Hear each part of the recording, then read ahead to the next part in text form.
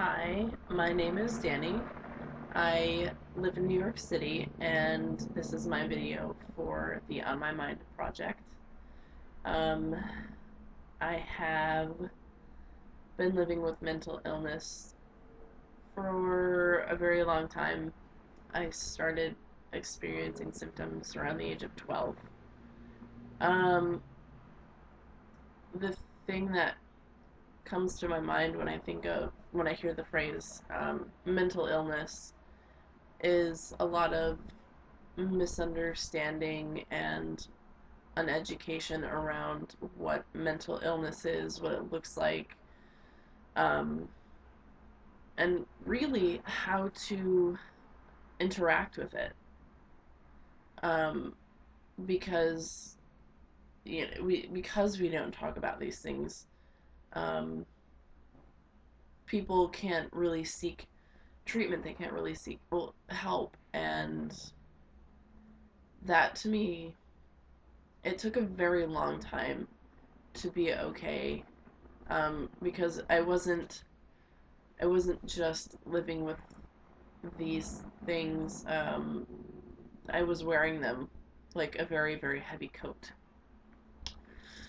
And that makes me sad because there are people that go through their whole lives, where they are not themselves. They're not a person living with this thing.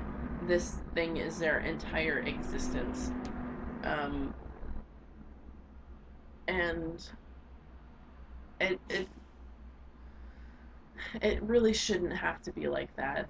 Um, you know, because for me, there's just now that I am aware of these things, like there's a wealth of support and information within the the groups in my life, but that wasn't always the case. Um, and I know that's not the case for a lot of people. Um, you know, and especially for me, I started experiencing symptoms of depression. Well, not experiencing symptoms of depression. I just straight up had depression around the age of 12. Um, and it was debilitating. I didn't know what was going on.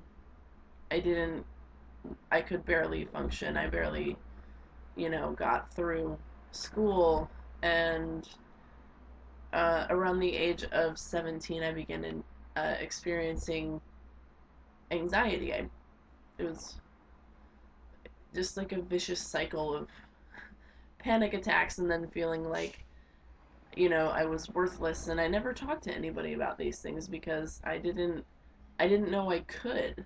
I know didn't even know what the hell it was. It was I was stuck in these vicious cycles of, self-loathing, fear, uncertainty, and, uneducation. And of course, when you think of mental illness, you don't you don't think that it could possibly be you because of the way that we portray a lot of mental illness. That it's incredibly frustrating. Um, it's just ugh. Because and after I was able to seek help, as I said previously, I no longer was wearing these heavy, heavy coats of anxiety and depression, and you know all of the crap that came with it. Um, I am now, and it's taken me a very long time to get here. Um, I am now Danie. This is me, and my mental illness, the addictive behaviors. Those are not, they are not latched onto me. They're just a part of my life. They were things that used to bog me down, and yes, I still deal with them from not even from time to time. It's things that I live with every day. Um, unfortunately for me, I've gotten to a point where I don't necessarily feel depressed every single day. I don't necessarily experience symptoms of anxiety every single day. Um, and that is a really great feeling. But even the days that I am feeling that, and even if there's a long stretch of time where I'm feeling that, I remember that this isn't, this is just a part of me. This is just a part of my life. It's not my entire personality. It doesn't affect my worth as a person because I'm going through these things. It is just this. And I think each person um, really has to figure out which thing works best for them. You know, some people desperately need to be in therapy every week, and that's important. Um, it's there is no right answer except for the one that makes you feel the best without hurting yourself. Uh, and that's something that I've learned along the way is a lot of, you know, you can't self-harm, you can't starve yourself, you can't binge, you can't drink yourself into stupor every night. Um, because those are really, you're not you're not paying respect to your body, the respect that you deserve because you are still a person. Um, and for me, I've learned that I'm a very big journaler. Sometimes I go a while without writing and then I start writing and all this crap comes out and I'm like, where did that come from? And why do I keep forgetting to do this? And you know, living in New York, you just get so caught up in the this, that, and the other, and I'm just like, oh yeah, I need to make time for that.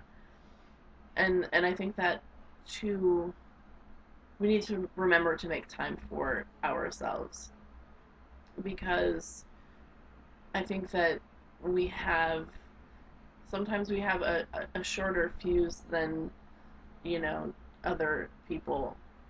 We have this thing, even though we are not this thing. This thing is it's like it's like having stones in your pocket.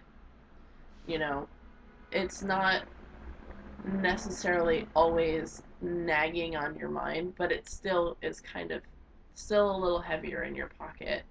Um, and so it's all right to like take those stones out and put them on the windowsill and just relax. And I think that for me, I encourage people to find that thing because I know that we are all different, and I know that even within people in the same subset of mental illness, um, you know, some person with depression, their recovery is going to look different than mine because we're all on different paths.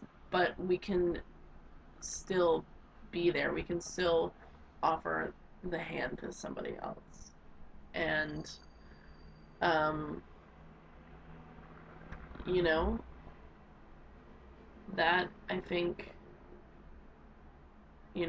that being in recovery is entirely possible.